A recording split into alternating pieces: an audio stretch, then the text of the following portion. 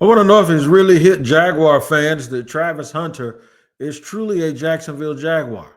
I'm going to discuss that, and I'm going to let you know while it might be more real than you even think.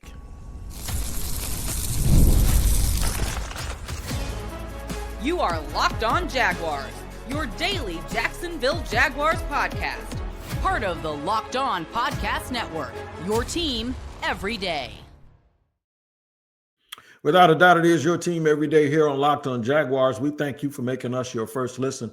I'm Tony Wiggers, the host of the Locked On Jaguars podcast that you can find wherever you get your podcast. Make sure you check in each and every day, whether you watch or listen, so you do not miss an episode of the show that is Locked On Jaguars. That is also today sponsored by Monarch Money. Take control of your finances with Monarch Money and use the code Locked On NFL at monarchmoney.com for 50% off your first year. Shout out to the everydayers for joining us here every single day, and you can be one. All you got to do is join us. Hopefully, if it's your first time hearing us, you have something to look forward to. Here's what we're going to do. Do you believe in it? Now, I know it's Monday. It's not Sunday. Normally, when you hear, do you believe in it? You see a collection plate and all of that coming right behind it. But I ain't talking about him, even though, love him too. I'm talking about Travis Hunter. Do you believe in it? What I mean by that is not his ability, not whether or not you think he's a wide receiver or a corner. There are a lot of people that thought Travis Hunter, he ain't going to stay here in Jacksonville. He ain't the type of dude that wants to stick in old Jacksonville.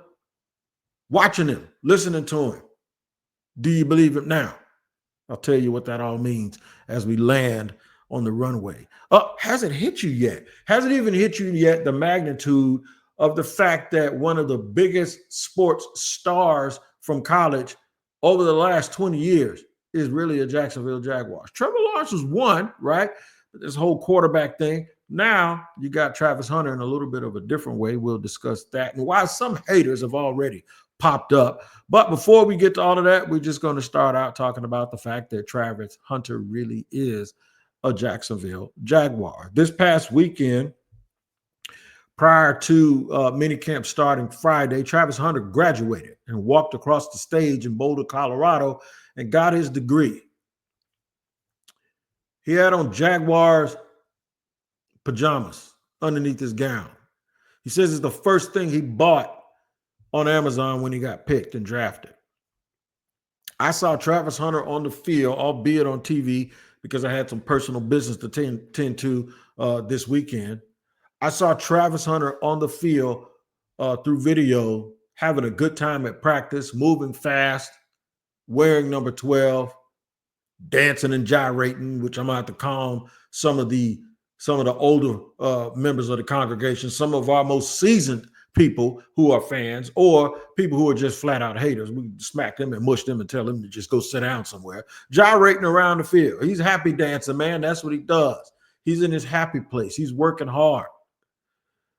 Travis Hunter is a Jacksonville Jaguar, one of the most electrifying players that college football has seen. This is like Reggie Bush, who played both sides of the ball, who didn't, but if he did, come into Jacksonville. This is what this is. And I know he didn't play in LA like Reggie Bush did. Might as well, because every weekend, even when they wasn't winning no games, everybody from LA and Hollywood was standing over on the sideline. So he's used to the attention. He's just a kid that the attention doesn't affect. He's the kid that the attention doesn't affect. And I don't really know if it's hit everyone. I'm going to give you a quick report, though, from minicamp. Travis is fast and he's quick. And he's a bundle of energy. Everybody knows that. But there's something about every player that the Jaguars picked, even the ones that they signed in rookie free agency, that is sort of a common thing here. I really sat around and thought about it, like trying to figure out what intangibly rich is, or trying to figure out what it means when someone, all they have to do is come here and be nothing more than themselves. But I found something by accident that I want to share with you guys. And the thing that I found by accident, while not pressing myself with that on my conscience, I did leave it there just in case I ran into something and I can say that's what it is. So no, I wasn't on no big mission to go and find out what all of these things mean. So here's what I've come up with. What I've come up with is they are putting the onus on themselves to make sure that the prospects or the people that they bring into the building, and maybe this is something they've already told us, but we felt, all of us were like, we're so used to people going out trying to find talent and looking for certain things. And then we think that whatever intangibly rich is maybe, okay, he's this, he's that, he's that. Let's take that and bring it in and shape it and mold it and turn it loose. No, that's not, I don't think that's what it is. I think they know what they're looking for. I don't think they go out and try to get people they have to turn into anything. It sounds like to me, they know what they need, and they put the onus on themselves to go and find the people that have the characteristics on and off the field that they want. Speed. I'm going to stop first before I say speed, because sometimes when you say that, people go, oh, you just want a whole bunch of nice guys. Why don't you just go get a whole bunch of dudes that's in Sunday school? This is a gladiator sport. Yeah, and see, people like that, they tend to think everything is black or white, everything is hot or cold, as opposed to finding the work doing the work that needs to be done to make sure that something is the right temperature for your organization. So I think the Jaguars have really made me rethink things and say, okay, because everybody they drafted, they were very, very intentional about not only their ability on the field, but what type of person they are off of it. And I think it gets hard sometimes for some people to say, it's like, okay, we need a stone cold maniac, but we can't have a nice guy. Why don't you get a dude that's nice until it's time to be a maniac? And I say maniac with all sensibilities towards people that can just play football like their feet are on fire, like crazy people, but smart. I think there's a balance. There's a delicate balance. I want to know if the Jaguar fans feel like this has really hit them yet, like this whole new regime, starting with, of course, Travis Hunter. But can you now tie in the rookies and the veterans? Do you see a common trait? Because sometimes that's hard to do because the rookies don't know anything. And then there's the veterans. So we're going to talk about that in segment 2. We're also going to mention the fact that what they're doing now, it only matters to the point where what they're trying to do is acclimate these dudes to the NFL. So when the veterans come in, these young guys already have a baseline on how to move instead of just looking around trying to figure out what's going on, because the veterans are their competition. So while they'll help them because it helps the team, it's not their job to help them take their job. So we'll discuss that and more. The role of minicamp and whether it's hit you or not, we'll get to it in just a second here on Locked On Jaguars. All right, today's show is brought to you and sponsored by Monarch Money. Ever check your bank account and wonder where did all my money go? I did. Between dining out, online, shopping, and entertainment, it's easy to lose track. That's where Monarch Money comes in. Your personal CFO giving you full visibility and control over your finances. Monarch Money isn't just a budgeting app. It's a complete financial command center. You can track all your accounts, investments, and spending in one place so you stop managing your money and start building wealth. All in one convenience is where it's at with me, man. Instead of juggling multiple apps, you can use Monarch to check your finances, track spending, and even plan long-term goals. Take control of your finances with Monarch Money and use the code LOCKEDONNFL at monarchmoney.com for 50% off your first year. That's Monarch Money, code LOCKEDONNFL to half off your first year.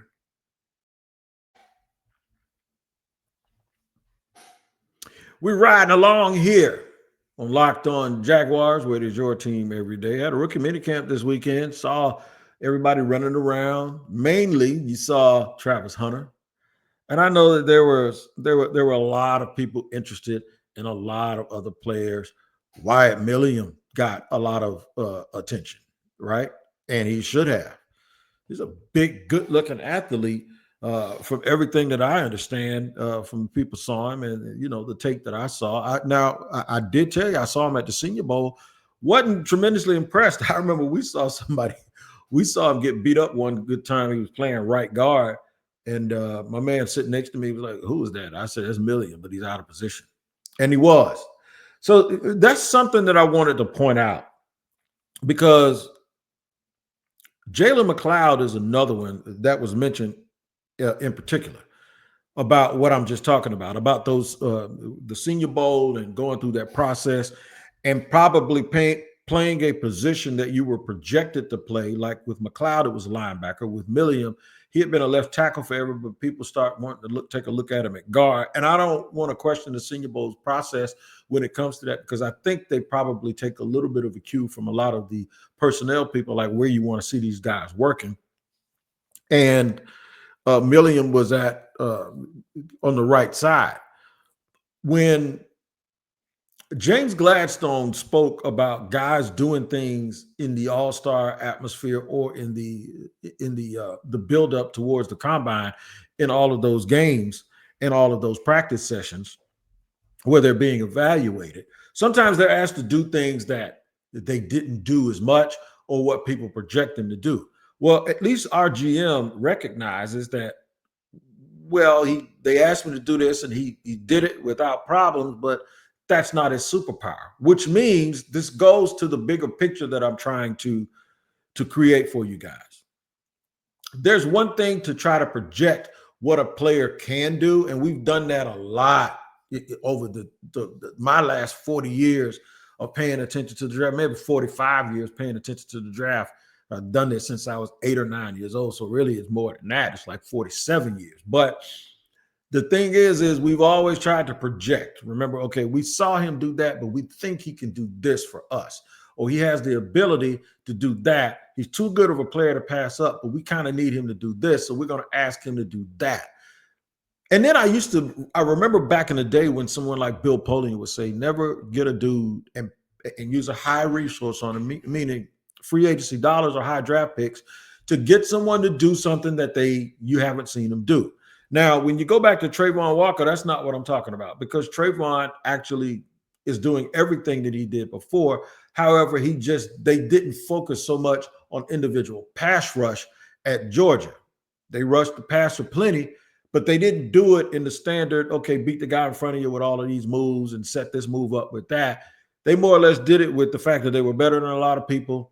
They put people in really, really bad positions. Their goal was to get the ball back and to force you to try to do something stupid, and that's what happened. In the NFL, the talent is more evenly based, so therefore it comes down to being able to beat individuals. It didn't mean Trayvon was not a good pick. It was. They're just asking him to do more of the things that he didn't do at Georgia because of scheme. It's not like they asked Trayvon to move from outside to inside or from linebacker to outside. Early, with him standing up so much and playing in the coverage, that used to get on my nerves because that was something that he didn't do. And I wanted to see him on the line coming forward. I did not want to see Trayvon Walker or Josh Allen, for that matter, backpedaling and running out to the flat. I know there's some plays that requires them to do that sometimes, but that's not what I wanted to see him do. And that's not what they were very good at. That wasn't their superpower. So when you hear them say, well, they asked him to do this and he did it with a smile on his face, but we see his superpower as something else, and then you go draft him and ask him to come do that, what you've done is you put the onus on you to not just identify the talent, but to identify the talent and be able to go out and get that guy to come in here and do exactly what he has done well his entire life. Sounds familiar? Example, if they were recruiting me for something, they could recruit me to be a barber. They could recruit me to be a barber instructor. They could recruit me to be a dude behind a microphone who talks about sports. I do some other things well, but that's what they would be getting me for. If you're a fireman, you'll be there to put out fires and to teach disaster preparedness and probably CPR. They're going to bring you in here to do exactly what you did, not just in title, because they're all football players, but individually, the thing that you do well. And if that thing that you do well lines up with something that they feel that they want or need on their team, that's when they go out and get you. And that is what makes culture easier to obtain and easier to continue to have, because I'm not asking you to do anything that you can't do. You should know that your teammates aren't being asked to do anything that they can't do. But we're collectively asking you all that whatever those things are you do them together, and you get here early, you do them with hard work, you take care of yourself, and then you come back and you do your job. Inherently, that causes you to appreciate the person next to you. One, they ain't asking him to do nothing that they're not asking you to do, as long as it's something specialized that you do well. Two, what he does ain't no more important than what you do, but what you do, you need to make sure you do it, because if you do it, it makes what he does, it's complementary to that, and everybody's doing their job. So this makes doing your job easy.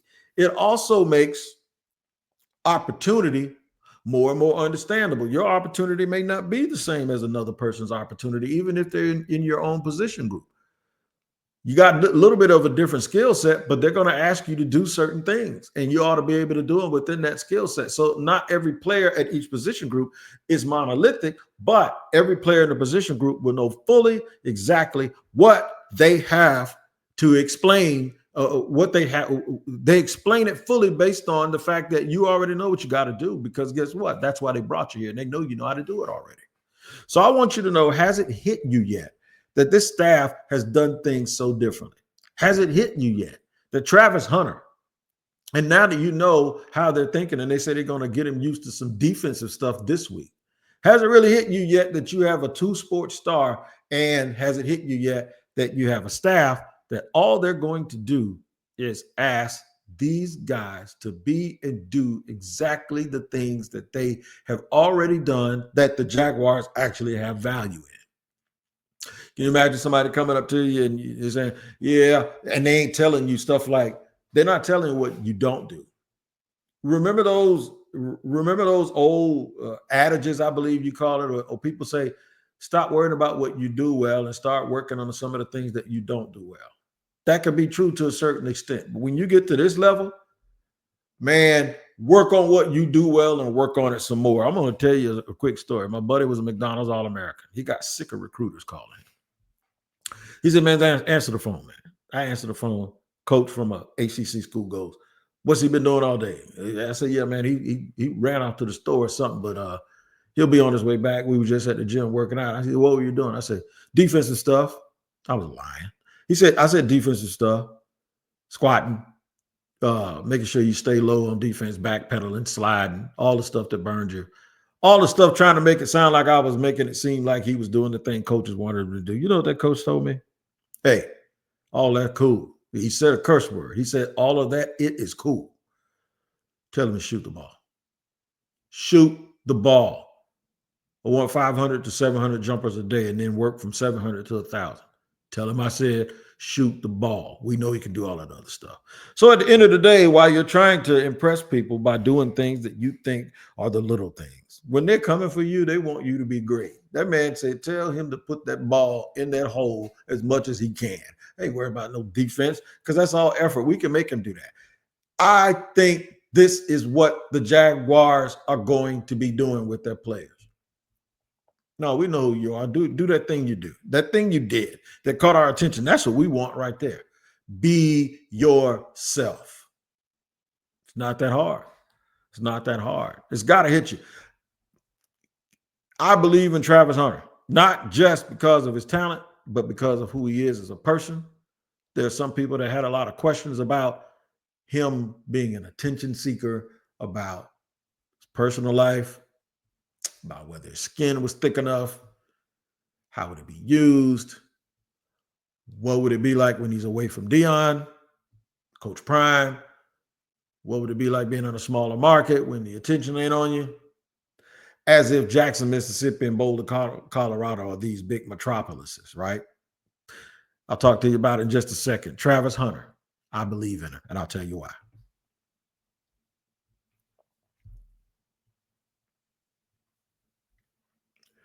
Do you believe in Travis Hunter? I do. That often came with a but when I talked to a lot of people before the draft, during the draft, and even after the draft. But He's going to be like Jalen. He ain't going to want to stay here. He's a superstar. He's going to be too big. We're going to have him for 3 years. Then he's going to want to leave. That's what people kept saying to me. And I kept telling them, y'all don't know this kid. This kid ain't nothing like that. This kid ain't Hollywood. No, this kid wants to win. The only thing that can make him want to leave here is if you keep losing. And I'm telling you, that's what made Jalen Ramsey want to leave here. They kept losing, especially in 2018. I'm not going to mention Jalen anymore. I'm just talking about this kid. Did you see the story on Facebook where this nice older lady said that she was on a plane? She posted. She said this really nice young man was on a plane, and I asked him why everybody was congratulating him. And I'm not reading this verbatim. And she said, he says, yes, ma'am, I'm Travis. I was just selected to play for the Jaguars. She said he was the nicest kid she ever met. She took a picture with him and this, that, and the third. Somebody got a hold of it, and now it's all over the media. I know my man Travis Holmes, who's a friend of the show, he posted it, gave credit to the beautiful lady who posted it on Facebook, and then everyone started giving credit to Travis for posting it, right? Shout out to Trav. And it just showed you another story, one that I had heard from people who are close to Travis, that are a part of his, I wouldn't necessarily say a camp, but it is a part of his inner circle. They said, man, he's different. He's different. And there was somebody else like that back in the day. And he got a bad reputation. And it was Randy Moss. And that's because Randy had gotten in trouble in high school and then got kicked out of Florida State. And I'm not saying that Randy didn't deserve a little bit of that, but the misunderstanding came that when Randy was a grown man in the league, he had his afro and his braids, and people thought Randy was a thug. Folks thought Randy was a diva. Folks thought Randy was a whole bunch of things he wasn't. I remember Randy stood and didn't run a route, and everybody got mad at him. Chris Carter and Dennis Green came out and took up for him. So what are you mad at him for? The dude runs 40 yards every play on a go route just to clear out stuff. He was tired. He asked to come out of the game, and we said, no. You come out, they're going to double Chris. Just go stand there. You don't even have to run. We know you're tired, but if you stand there, the safety doesn't cheat. So he stood there, and people gave him a bad rep. Travis Hunter dancing on the field during practice, gyrating the whole thing, hips moving like I just had a hip replacement. I watch him sometime. I think my hip about to go back out. But the thing with Travis is you can misunderstand that if you're looking to misunderstand it. You can think all of it's grandstanding. I can tell you right now, that kid doesn't even think about those cameras being on him. He is energetic. He's always dancing, always happy. Feet are always moving. That's why he can play both ways. And some people will misinterpret that stuff. That kid's just as happy as he can be. And that's his form of celebrating it. Always got a big smile on his face. Always got the work done. Why is he dancing? Because that's his happy place. When you go dance with the fans in your hand and doing line dances on Friday and Saturday night, that's your happy place. His happy place is at practice. His happy place is at practice. And I talked to my man Bug at the press conference. I said, he's like a bodybuilder I know, a guy named Dexter Jackson who won Mr. Olympia. Whereas everybody else, Dexter's metabolism was so good that when Dexter was going for a competition and everybody else was shredding and stripping down, Dexter had to eat. He had to eat protein. He had to eat. Where everybody else had to starve themselves, he had to eat just to make sure his physique stayed correctly. It's almost like he got a reverse metabolism or something. When you have people that are special athletes like that, and they're yoked a certain way, that's what it is. I believe in it. For a dude that all he wants to do is go fishing in his spare time, and he probably has a playbook on the fishing boat. Yeah. Saying he want to eat, Travis ain't gonna want to stay here. And the dude wears some Jaguar pajamas to his graduation that says he wore them because he was ready to come home and get back to work. Y'all got a gym, Jacksonville. You have an on the field and off the field gym. Now, a lot still has to happen. This is the league. He is going to have a target on his back. All right. There's going to be some times when he realizes he's going to have to get stronger. He's at 188 right now at about 6'1". I anticipate that He'll be up to 195 within a year or so. He doesn't lack strength. He's just wiry. He's gained 23 pounds since he got out of high school. He probably has to glutton himself just to keep weight on him because he moves and he's such an energizing, he's an energizer bunny so much. But he's here, and I believe in him, and I believe he's the type of dude that wants to stay in this community, be a part of this community, be a beacon in this community, be somebody that kids look up to, that grown-ups respect, that elderly people look at him and say, man, you're just like I want elderly women to go, ooh, I wish my granddaughter could meet a guy like you. But I know when he gets on that field, Travis Hunter's trying to eat your face off, man. He's going to embarrass you at every chance he gets with. I don't care if he's going up fighting for balls in space, making you look silly with some stop and go, intercepting, making you fumble the ball when you think you got it, intercepting the ball when he comes off of his man. He is the ultimate competitor, mentally, physical, all of that stuff. And I think you're glad to have him.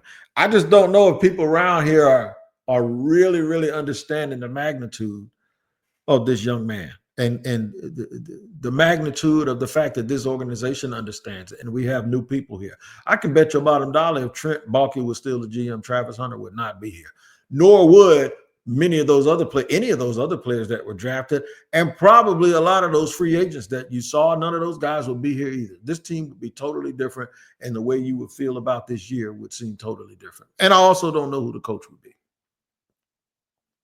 I know you can find Locked On NFL where it needs to be, though, and Locked On NFL Scouting. Your second listen should be Locked On NFL Scouting. Even though the draft is over, roster moves and news never stops, and host Kyle Krabs and Joe Marino will make you the most informed NFL fan this offseason. Find Locked On NFL Scouting on YouTube or wherever you listen to your podcast. All right, man. It's been real. We'll talk more this week about everything that we are expecting to continue to happen for minicamp. We'll talk about maybe where some holes might still be on this team without knowing everybody that they're bringing in. Either vet possibilities or guys just have to step up and fill those holes. We'll talk about that tomorrow on Locked On Jaguars. Until then, you guys take care. We'll see you next time here on the good show, the Locked On Jaguars podcast.